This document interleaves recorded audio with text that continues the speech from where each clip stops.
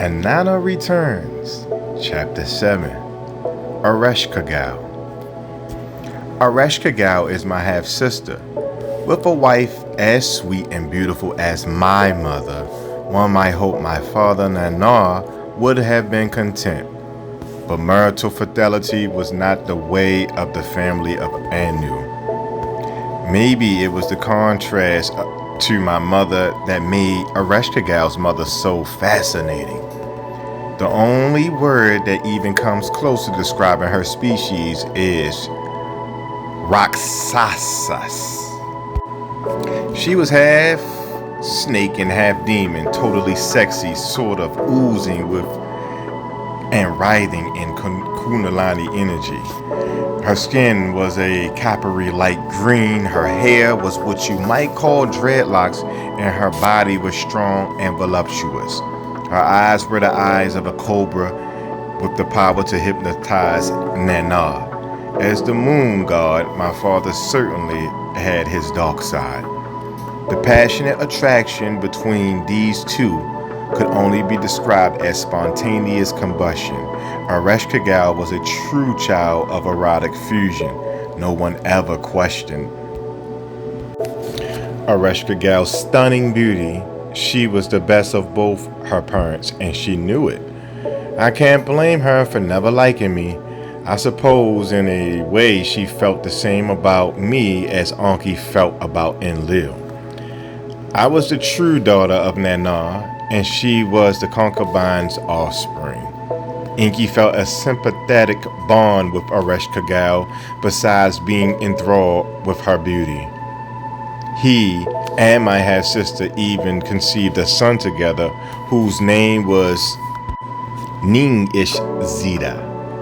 Anki, as usual, just couldn't control himself, and as the chief mining engineer, he had given Erishkagal the domain of the underworld. Anki is a soft touch, and I would have enjoyed watching Erishkagal work her considerable charms on him. We girls do what we can in this world to get by. But as for all that blonde hair, it's a fake as all those hair pieces she adds to give her that big hair look. The underworld isn't exactly under, although some of it is. It is located in what you call Africa, and the vast deposits of gold we covered are there. It was an extensive mining operation. Shuttles constantly flew from Terra to the orbiting stations delivering refined ores. From deep within the earth, we took gold and other precious commodities such as silver, copper, uranium, and diamonds.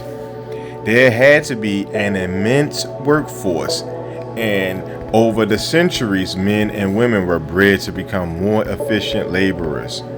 Our geneticists were constantly improving on their obedience and docility. However, discipline occasionally became necessary. On Terra, there were at least 3 species that ate human flesh, and the flesh eaters were a very useful disciplinary tool. They could scare a recalcitrant worker better than the thought of being eaten alive. Think of it. From our point of view, we were doing our duty. We had to supply the home planet Nibiru with gold particles for the depleted atmosphere, or we would all die. We did what it took to get the gold out of the mines. Erishkagal was perfect for this job. It didn't faze her at all to motivate the workers with stories of cannibalism. She had just a little bit of that flesh eater tendency in her. Not that she ate humans all the time, just an occasional bite. Cannibalism has different meanings for different species. One group might see it as a way of absorbing the strength, wisdom, and power of the person being eating. For them, it is a ritualized means of expanding their consciousness as well as physical and sexual prowess. In consuming their enemy, they gain his life's experience. Others only eat the brain of their victims to gain his intelligence. There are remnants of this on your planet even today. A more prevalent type of cannibalism is far more subtle. There are those who know the arts of devouring people's energy without them even knowing it. Think how fear can make you ill, how drained and exhausted one feels from anger, rage, and jealousy. Where does that energy go? Why do those who are addicted to alcohol or drugs appear so tired and pale? Perhaps your controllers no longer need to eat your flesh. Now you know where all those stories come from about being taken to the underworld, roasted and eaten by devils. For some, it was a reality, but there are no devils, only various species who have controlled you through fear. This is a free will universe, which means that you are free to do whatever you want, and so is everyone else. There is the problem. If we all start as equals, how do we convince others to do what we want them to do? Are there any rules? Can you trick others? Who values whom and what? If you become a tyrant to another, does the tyranny come back to you? Does it eventually block you? This is the question most interesting to us now. Now that we are stuck with the wall. I certainly wasn't contemplating any metaphysical questions as I flew my ship down to the underworld. My brother Utu and my mother and father said that I must not have a brain in my head. They didn't seem to like that Erishkagal would welcome her newly widowed half-sister with open arms, and they all want me not to go. But I had other things on my mind, like her husband Nurgle's gene pool and his big blue eyes. By rights, he would become my husband too, and we would produce heirs. Erishkagal was rumored to have a fabulous palace, everything covered in gold. I suppose she needed the glitz to cheer her up. Living so far away from Sumer and Egypt must have been depressing for her. As I approached the gates, I was a little overwhelmed with the gold and marble columns depicting writhing snakes, monsters devouring terror-stricken lulas. A bit much, I thought. That was only the beginning. I had the good sense to send my servant, Ninjabal, back to my ship to wait for me. I told her that if I didn't show up in 3 days, she should fly home and get help. I had listened somewhat to Utu and my parents. Still, I was confident as a girl has to take chance to have courage. After all, I had dared to acquire the divine MEs from Anki. I could be very persuasive. Erishkagal didn't exactly come running out of her palace to greet me. In fact, she was nowhere to be seen. I was met by this gruesome gatekeeper who said his name was Nettie. God, he or it was big. I told this overgrown monster who I was, and he began to lead me through a maze with a series of gates, which must have been a security system rigged up to protect all of Erishkagal's gold. Then this gatekeeper ordered me, Inanna, to remove my protective jewels and garments. We all wore a variety of shielding devices to protect us from radiation, and I was also equipped with the usual headgear and field regulators and communication systems. My gown had the standard protective shielding woven into the fabric. You never knew what you might run into flying in space, or on Terra for that matter. By the time we arrived at the 7th gate, I was ordered to remove my dress. Not that I was modest, but I was becoming a little annoyed at the way I was being treated. Plus, I wanted to know where all my jewelry was being taken. Finally, I entered a room where Erishkagal was holding court. It was just as everyone had said. There was a huge golden dais. with Erishkagal seated on a majestic throne encrusted with diamonds. I was getting ready to be pleasant, however, naked, when these orc-like judges rose and began to hurl accusations of treachery and treason at me.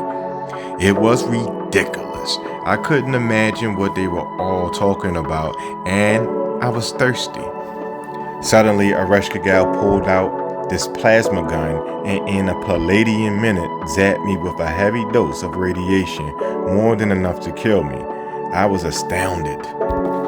I soon found myself floating above my precious little body, which was rapidly turning from its natural shade of warm blue to a dead indigo. Erishkagal ordered her guards to hang my beautiful body on the wall as in a butcher shop. Gag! I lost no time watching my corpse rot. Astral traveling, I followed my servant Ninshubal back to Nippur, the city of my grandfather Enlil. I watched as she went to the temple and begged Enlil to save me. He refused. He said I should have known better than to go down there in the first place. It was common knowledge that Erishkagal had no love for me. So my servant went to my father Inanna. He also said no. I just floated there in the air, listening to my father lecturing on how headstrong I was and how everyone knew I was headed for trouble when I went down there chasing after Erishkagal's husband. He even went so far as to say I probably got just what I deserved. My own father. Maybe he had wanted a boy.